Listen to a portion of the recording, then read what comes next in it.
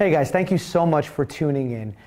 Tonight we're going to talk about the launch of my new company, VAAV Industries. We're going to talk a little bit about why I've started this company, the reasons behind it, how we're excelling and how we're succeeding, and what we intend to do going forward. You'll hear from a couple of people who were special parts of building this company out and are special parts of my life, and get to know myself as a person and get to know the company a little bit, and then we'll go from there. So a couple people you're going to hear from tonight are my good friend and stylist for the company, Pythagore Antoine. He picked out all of the clothes for all of the shoots we've done, for the website, to social media, to this brand launch for both myself and my daughter, who you will get to see in a little bit. And you're also going to hear from a good friend of mine, Derek Day, who is a broadcaster and podcaster par excellence. And then we'll come back and we'll talk a little bit about the core pillars of the company and what we're trying to do. All right, so I'm here with Pythagore Antoine. He's been fantastic over the course of building out this company. That's what we're talking about here today. He's been my personal stylist, styling myself and my daughter, who you also saw on camera as well. And so we're going to have a little chat about the process and what it's been like, and sort of his perspectives on styling and the world we live in terms of his business and how that lines up with the business we're launching today. So it's good to see you, Pythagore. Thanks for joining me. Absolutely. So just talk to me a little bit about your initial impressions when we first started working together, and maybe how that's changed from then to now. So we first spoke through Zoom. You were telling me in details where you would like to take the company. Sure. And after you said that, I sort of started drawing like a look for you, as you could say. And you spoke about how you wanted to have certain looks where you could carry your tools and whatnot. So Sure. I drew all of that too. So that was a first expression. But then we got to know you. I could dress you more in colors and stuff like that. So, yeah. Sure. So talk to me about how, as a stylist, you perceived the process through Zoom or what have you, or the like, and similar tools, versus doing it in person. What's the difference there? I'd rather do it in person. Through Zoom is okay, because we had to, during the pandemic, something that we had to kind of adjust to if you were a stylist or a clothing maker of some sort. But I'd rather the in-person thing, because it just gives you a chance to connect more with the client, and easier to take measurements and just build from there. So I would say in person would be more ideal thing. So you're preferring in person. I mean, I think most people, when it comes to clothing or fashion, would prefer an in-person look. But as the world's changing, have you seen the world change with your client base? Are they wanting to do more remote stuff, or are they still mostly wanting to come in person? I've been asked to do a lot of remote stuff, yes, but I am more an in-person thing too. More of a person stylist than a Zoom type of person, because again, I get to connect with the client rather than just. Right. So you're saying that you want to be able to shake their hand and be close to them and see how they're responding to things, and just get to know them in a one-on-one, in-person kind of sense. Yeah, because as a stylist, you're not just teaching people to dress like you. Right. You kind of like learn their personality, Sure. and kind of pushing for them to get comfortable to what they could improve in and look better in, rather than just like dressing them just like you. Because a lot of people, when they think of stylists, it's like, oh man, I want to just look like you. I want to wear the motorcycle jacket just like you. But that's not how it goes. Right. Maybe you're not a motorcycle jacket guy, or maybe you're a different style motorcycle jacket guy. So that's why, like, to me, in person is always a better thing. Like, sense the personality. Right. No, I understand. Do you find that people look different on and off camera? Like when you see them on a Zoom call or FaceTime or whatever, that they look one way, and then you get to meet them in person, and your perception of how they look or how you want to dress them is different in person versus on Zoom? Oh yeah, big time, and that's exactly why too. Because with the camera, there's so much that you could see in Zoom, right? Sure. Person's looking at you this way. So now in person you get the full, Sure. full, you know, you see how they move, how wide their shoulders Right. are really, you know.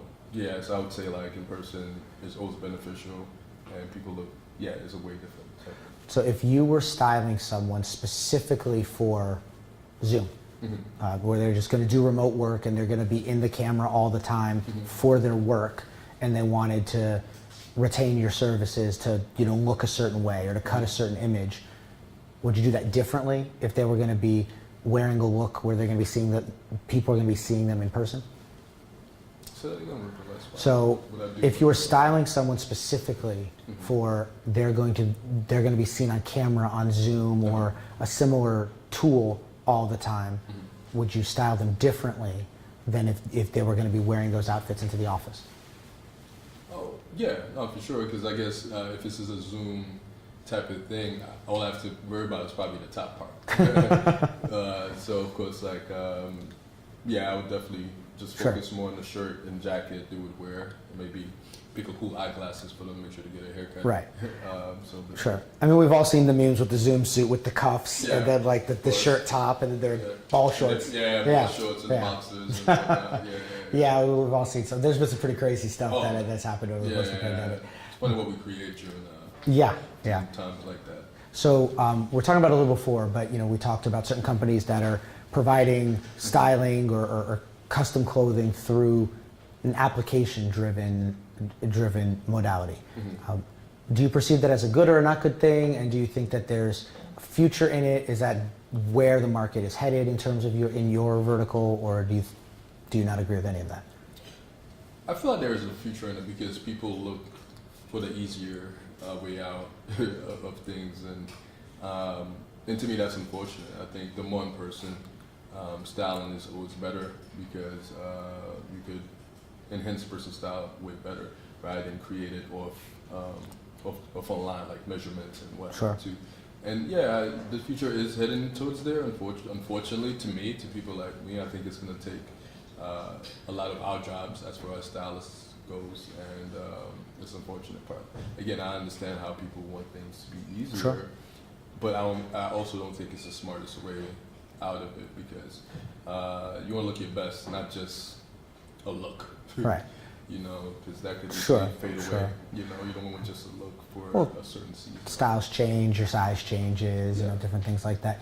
Do you think that with all of the things that are happening with technology right now that you need to adjust your business at all to more that direction or not? Well, I mean, as far as Zooms and actually connecting with clients through online, I guess I'm gonna have to really learn to maneuver around that. Like I said earlier, I'm more in-person thing, but I understand like due to the market, I'm gonna have to do more Zooms or those type of things. And if I'm gonna create, let's say, bespoke suits for a client or two, I have to understand that, yeah, I'm gonna have to somehow figure out how to do it digital, you know. Sure. Fair enough. Well, thanks for joining us, Pithigo. I appreciate you being here. Yeah, absolutely. Thanks. Well, thanks, guys. We'll be back in a minute. You do it one more time? Yeah. All right. Ready for Slate? So earlier this week, I was able to catch up with a great friend of mine, Derek Day. Derek's brilliant about a lot of things, but he's specifically a former radio broadcaster, podcast expert, has a couple of great podcasts that he runs, and is a cloud computing specialist. And we spoke about where all of this podcasting, broadcasting, radio, TV, AV, all of it is headed now that we have the advent of cloud computing with things like Zoom and Microsoft Teams, and how we move forward into the next shift of technology. So have a listen to what my friend Derek had to say. Thing is that, think about this, that your time to delivery for creative assets, whether it be broadcasting, whether it be podcasting, whether it be movies, music, whatever, right? That think of the turnaround time from completion to delivery. Right. You know, how quickly you're able to pivot. And that's what I see happening is that you're so many of these tools are going to become virtualized. that they're going to be they're going to be put into the cloud. And as the cloud changes, how can I say this? The cloud doesn't stand still, and this is one of the beautiful things about cloud is that, like, say for example, you might buy a vMix box, Sure. and this thing is obsolete in 2 years. Well, when you move to the cloud, you're moving away from obsolescence, right? Because the cloud is always improving, the cloud is always upgrading, the cloud is always evolving, and so now it just becomes a simple lift. All right, welcome back, guys. I hope you enjoyed hearing from Derek and Pythagore as well. I just wanted to take a couple more minutes of your time and talk about why I'm starting this company. I started working in broadcasting and production and events when I was about 10 years old, which was approximately 29 years ago. And the industry has changed so much in that time. We used to have broadcasters and filmmakers and AV specialists and IT guys, and they all did very, very, very different things. In today's world, you have to be able to do all of those things, and a significant amount of the time, it doesn't go well.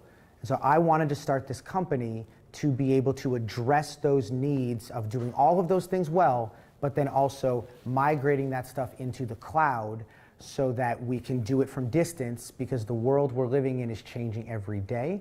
And we need to be able to do all these things well to a broadcast standard and do it from distance. That's the first reason I wanted to start this company. The second reason I wanted to start this company is a very good friend of mine who is a very, very highly skilled broadcast and AV engineer. She said to me maybe about a year ago, she said, Vincent, I've been on all of these job sites doing all these engineering jobs, and I oftentimes get treated very poorly by construction foremen and whatever who don't feel like I know what I'm doing. And she said to me, Vincent, can I just get the respect that I've earned? And one of the things that you've seen is you've seen me interacting with my little girl tonight, and she has a great love and aptitude for this kind of technology. And it really broke my heart to see women in the industry not being treated with the same level of respect and dignity that men get treated with, because quite frankly, a significant amount of the broadcasters, lighting designers, et cetera, that I've worked with over my career have been women, and most of the time, they're at the top of the industry, best of the best. Most of my team here recording this today are women, right? A significant amount of the team I've worked with over the course of time is women. So I've decided to build this company out with the notion of putting women first in terms of their roles in broadcasting, technical direction, engineering, and et cetera. And okay, welcome back, guys. Thanks for sticking with us. This is my beautiful daughter, Naomi. She's about to be 8 soon, a couple weeks, so happy birthday to her.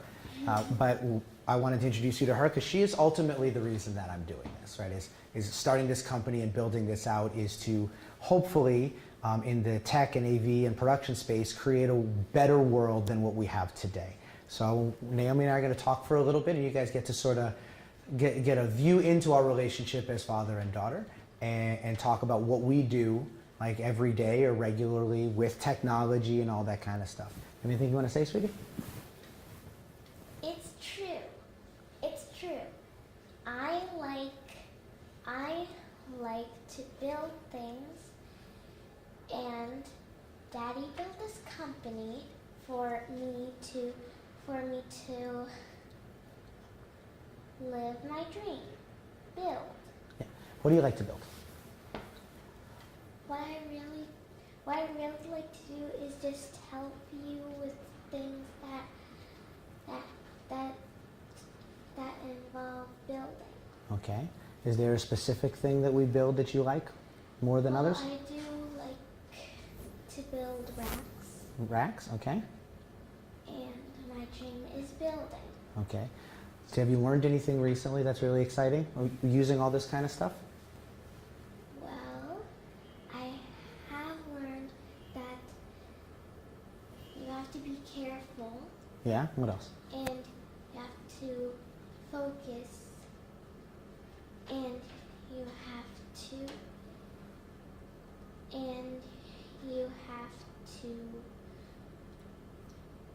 just do what you were gonna do when you have to do it. Okay, that's really good. So you see, this is the reason that I do everything. And so as we move forward, you know, we're going to be building out thought leadership and resources for young people, but especially young girls who want to learn how to shoot, how to edit, how to engineer, how to do IT, AV, all of the different kinds of things that there aren't presently educational pathways to get there. And that's the major raison d'etre for what myself and my team is trying to do here. So thanks for tuning in. Really appreciate your time, and hope you enjoyed it. And as you see, I am here. The third and final point I wanted to address is that in an ever-changing world, we have a lot of technologists and a lot of companies that are continuing to do things the way we did them 10 or 12 years ago, and just producing the same content, the same construction, the same engineering over and over again. And I really wanted to start a company that's going to lead in terms of the way we build stuff, the way we shoot things, the way we produce things, but also is going to produce a high degree of thought leadership. Talking about things I talked about with my friend Derek earlier, the things I talked about with Pythagore earlier, driving towards training, education, again, thought leadership. One of the things that you'll be seeing shortly on my website and on my social media is an article I recently wrote for CXO Tech Magazine, speaking about exactly these things, where we talk about the integration of audiovisual and broadcast and film technology, where we talk about how the world needs to move forward and how companies need to pivot into this space and not continue to ignore it, or they might go out of business, unfortunately, like we saw during the pandemic. So we really want to and plan to drive the industry through thought leadership, through writing, through content creation, to help people do these things better, help them to do them in a more skillful manner, and to learn the tricks of the trade that I've learned from broadcasting for almost 30 years and for streaming for over 20 years. I hope you found this enjoyable. I hope you'll reach out on our social media handles and at our website, which is www.va-av.com. Hope to hear from you soon.